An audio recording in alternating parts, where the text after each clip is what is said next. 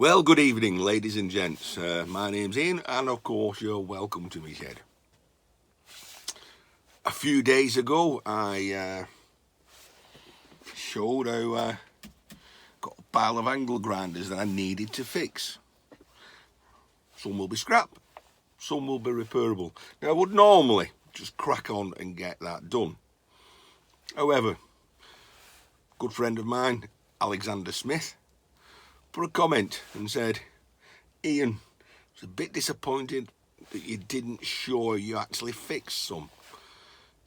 So, just for you, Alexander, I'm going to do a couple of easy fixes. The rest of you, if you think it's not up your street, well, just hit the like anyway and don't watch it. A bit like Lee. Here on the tripod. Alexander, a few quick fixes for you. Okay, Alex, one quick fix just for you. You know, we had a grinder which had a catastrophic failure. Quite evident there, isn't it? Right, but it had a very good bevel gear and a very good wheel gear. You know, I've got this grinder that's got the very wobbly locking pin, but works fine.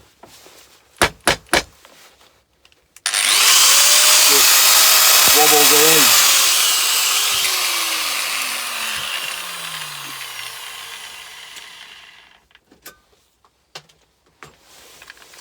But it just wobbles around. So this is a quick gearbox change. We're going to totally take the head off. 4 screws. Don't really need to do this because I'm replacing the entire head. And that is just 4 long screws holding in place, not these 4 screws holding the wheel gear in. But I want to see what sort of damage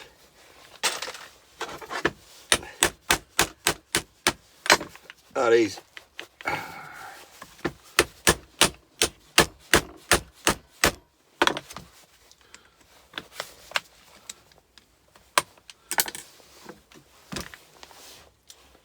Right, you won't even notice then. The locking pin fell straight out. And it's not supposed to do that. Now look at the wheel gear. You can see, although it's pretty much in good condition all the way around, when you get to that point, it has got a damaged tooth there and a broken tooth there. It'll still work okay with one broken tooth, but we've got a good one. Right. This is won't be easy to show you, but I'll do my best.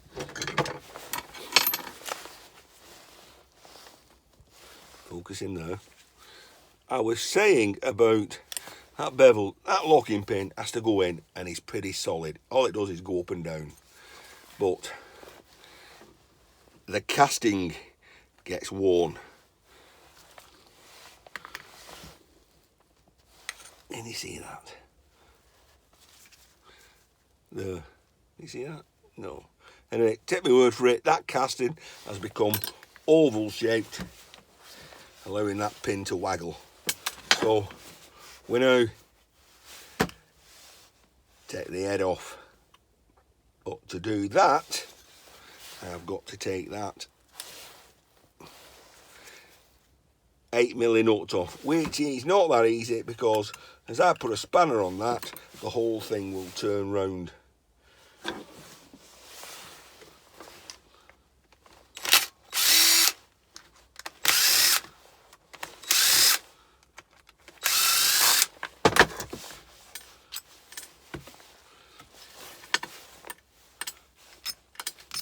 Put a magnet down, I can't lose them then. See, there we go, that now comes off. And I can inspect that worm gear and I can actually say it's in good condition. So that means I don't have to bother about the rest of it. I can then just take this head, and it's got plenty of grease in it, and put it right then. What did I do there? Switch on the left hand side, switch on the left hand side, gearbox goes on that way, and screw it in.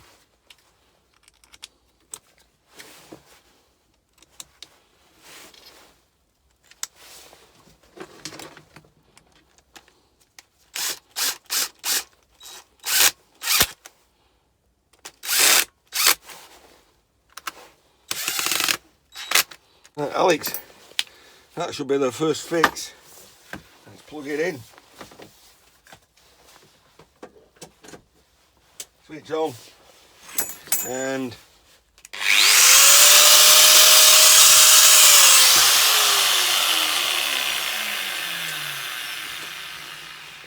one good grinder for the go.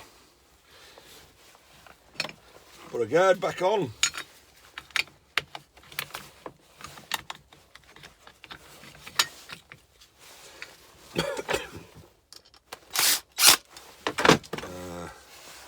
Drive nut,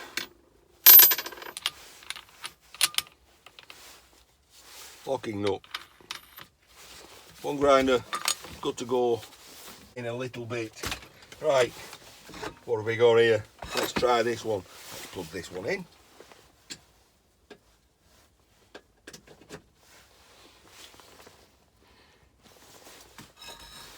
And switch on.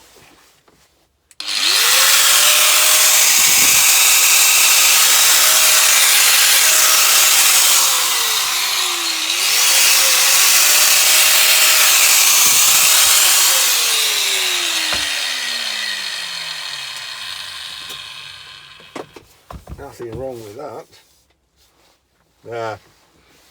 I need to change the cable.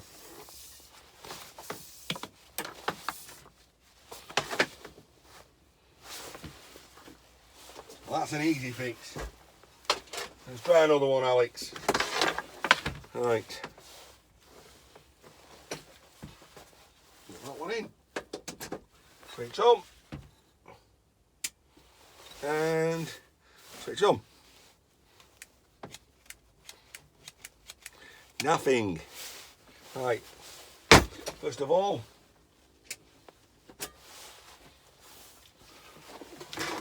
does the fuse work? Next. Alright.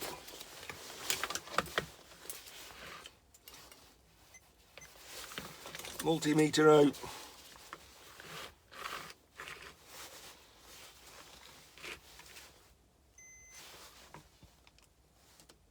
Right, the fuse is dead. Okay. So we'll change the fuse. However,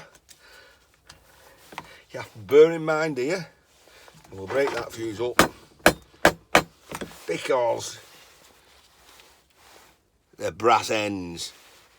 Well, actually, I think the nickel-plated copper ends, but it means I don't get that fuse mixed up again, and I can go in my scrap over there. Right, get a fuse. Always got a few fuses lying around. Put that in there, back in there. But you have to bear in mind, why was the fuse blown? Right, so treat this with a little bit of trepidation. And ignition. And we're going to probably look for any blue sparks coming out.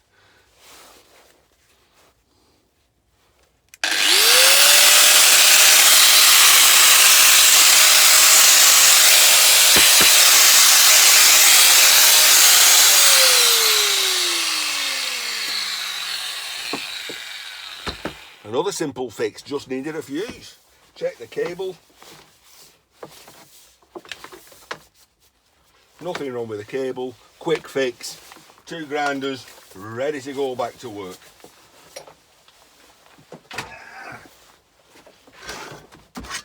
I got another one, Alex. The hell, 7 minutes already. Okay.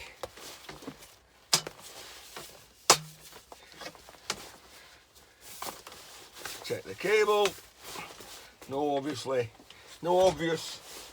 damage. Plug it in. I always take the nuts off. I don't want them flying about, and with nothing in between, they can jam together incredibly tight. Right, switch on and switch on.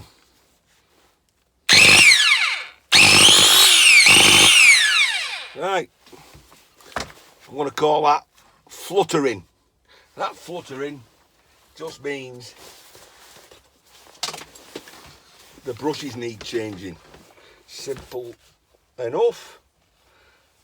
Oh, the screw's already missing out of there. I'll have to put a screw back. That means somebody may have had a look. Okay, let's have a look at the brushes. We'll make sure we're unplugged. Right,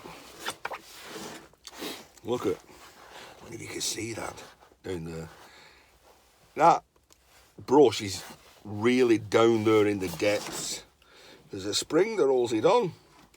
It provides downward pressure to force the carbon onto the commutator segments. So you just lift the spring out, hang it over to that side, hook the carbon brush, tiny, pull it off where it's supposed to go. That's it. You can see, hopefully you can see this. Right, I'll show you. You'll see, hopefully, the curvature where it's conformed to the commutator. So that just needs a change. I have got a pair here.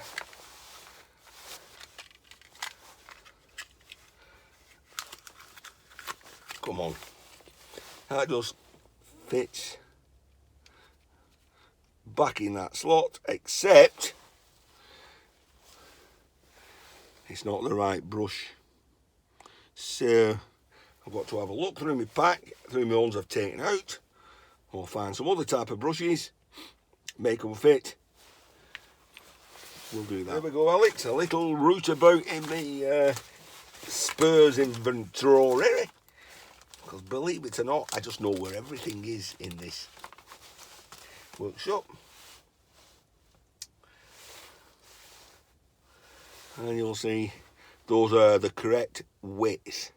So it's a matter of just, right, the way you fit these, you've got to make sure that the copper lead is on the right side. Now I don't mean the right as in left and right, but right as in you can plug it onto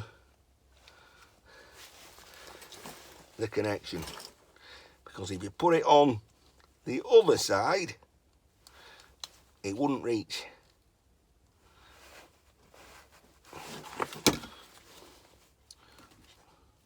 Press that down to the bottom, as you can see there, hopefully. I don't know how well it auto focuses. That carbon brush is now level with the top. You just get the spring and put it over, and that applies enough downward pressure on the carbon brush through the commutator. So it, same again, rinse and repeat, get it over, click it off, drop your new one in. See, I was making that mistake there then, of putting it on the wrong side. Very easily done. Spin it over. Not easy when you've got hands like spades. Press it down. Flip your spring back over. Right, we'll plug in, even though I've not put the cap back.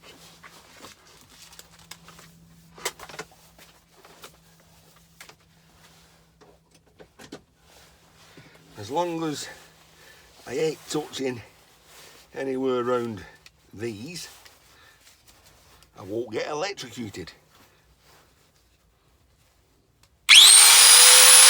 Lovely. As you can see then, no fluttering and no blue sparks.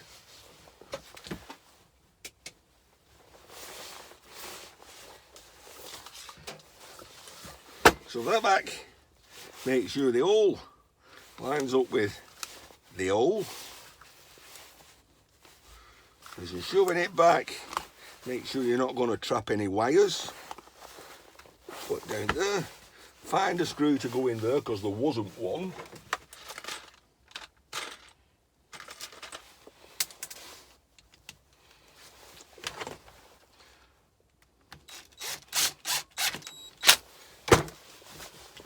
Right.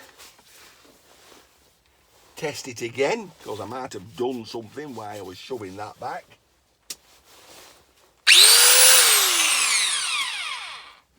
Not a problem. 3 grinders ready for work.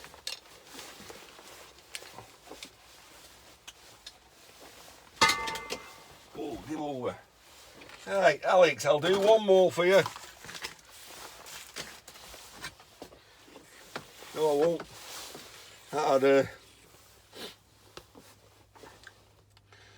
That had a dodgy. That's where the wire had been cut off. I'll tell you what I'll do here. Pause. Right, just stop messing about because I don't know what's up with the inside of there. We'll split this open. I've gone into my tub of chocolate blocks and quickly wired it together. We'll follow the lead. We're in, we'll switch on. So we're live.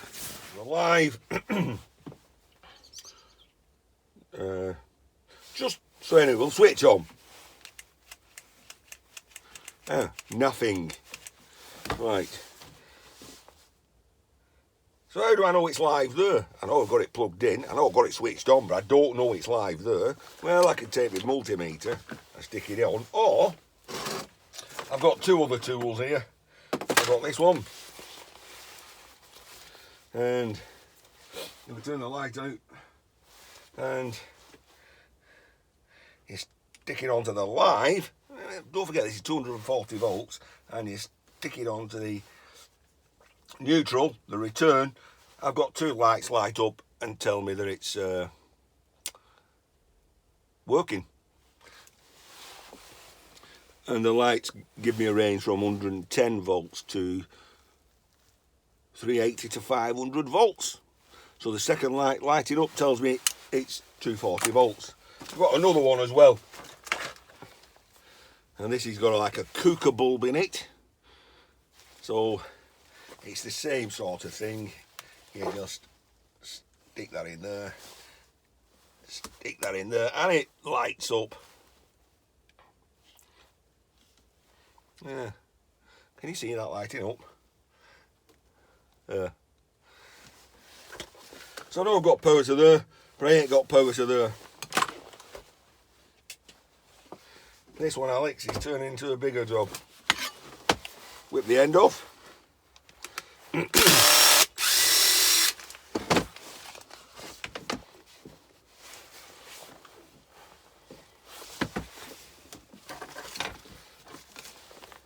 So I'm just checking I've unplugged it. Right. Unhook the switch.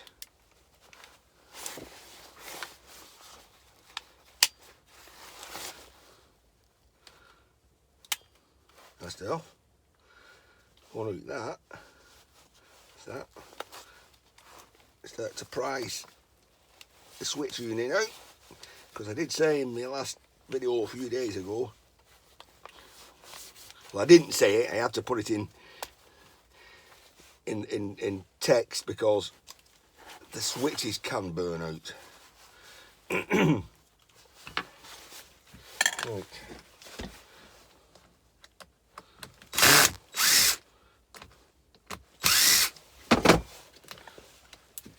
So we're at this now. There's no obvious wires missing. The brushes are a little low, but you get a better life out of them yet. So what I'm going to do now, going to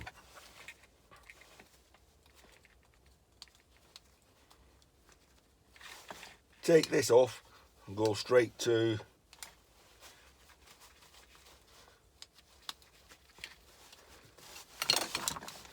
the switch. I keep checking it's switched off, but it's better if I pull it out. Alright, so Alex, I have now removed the old cable, it's probably got a fault in it, and I've gone direct to the mains, direct to the switch. I've secured it in the vise. I'm not going to hold this and switch it on and off because it is 240 volts and there is a lot of copper lining around, and even though I've got rubber gloves on, no, I didn't get to be 63 without having some modicum of survivability. So I get a clip and put that over, and that is now on. I'll switch it on at the mains. It should work, or it should go bang.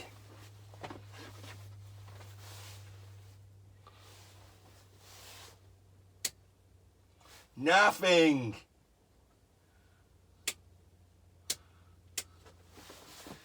Yeah. So the switch could be knackered. I'll change the switch. Hey Alex. Right, I've had a route in my tub and I found a switch that matches the size and the pin orientations of the switch I'm taking off.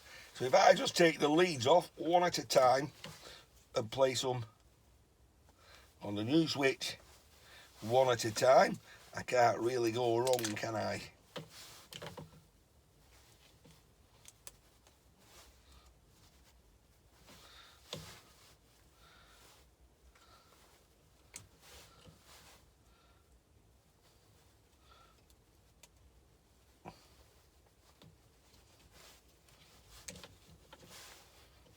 Put that on the side because I want to test that anyway. If I don't, and it don't work, there's plenty of copper inside. Right, wire it up again. Right, this time we've bypassed the switch as well. So we've got mains going into the chocolate block, the two reds connected, the two blacks connected, and that should work. Nothing! Fucking nothing. Nothing. What do you mean nothing? Yeah, well, there's power going to it. So, the problem's further along the line. The problem's inside the coils. Oh my God, Alex. These are the ones you just don't want to spend so much time on them. Right.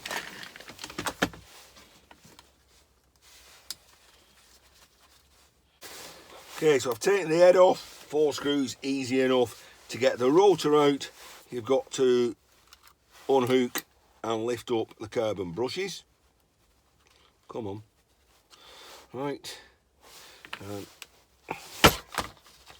There.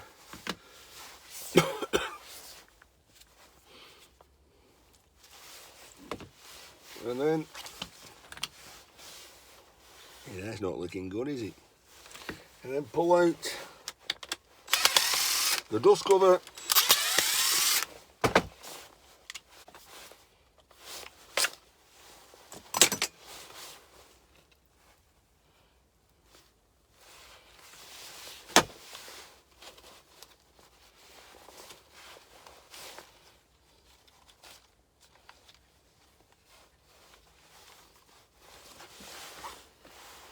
Well, there doesn't appear to be anything wrong with that stator. Sorry, yeah, stator. Anyway, that one's, I'm going to class as, don't know how to fix it. Can't win them all.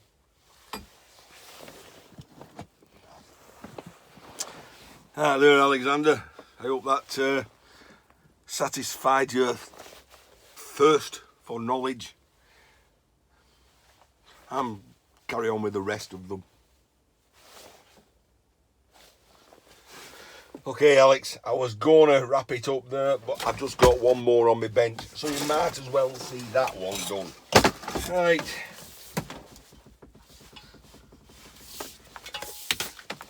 Nothing wrong with the cable. Same scenario. Stick it in, switch it on, switch it on.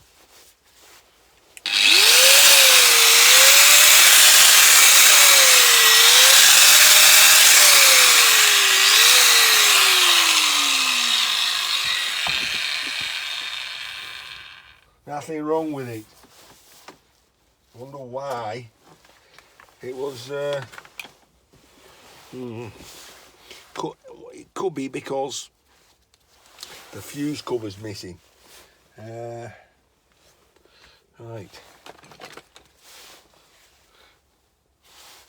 You can dig that fuse cover out of there and put that on there.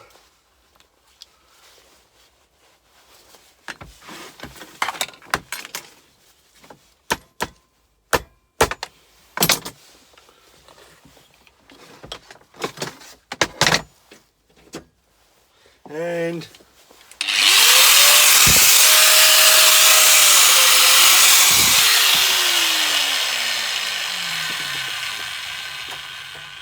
so there we go. That one was purely because the fuse cover was missing. Easy fix. Tiny little abrasion there. I'll put a bit of tape over that. Right. That is definitely it. There you go, Alex. Some grinder repairs. Still about another 8.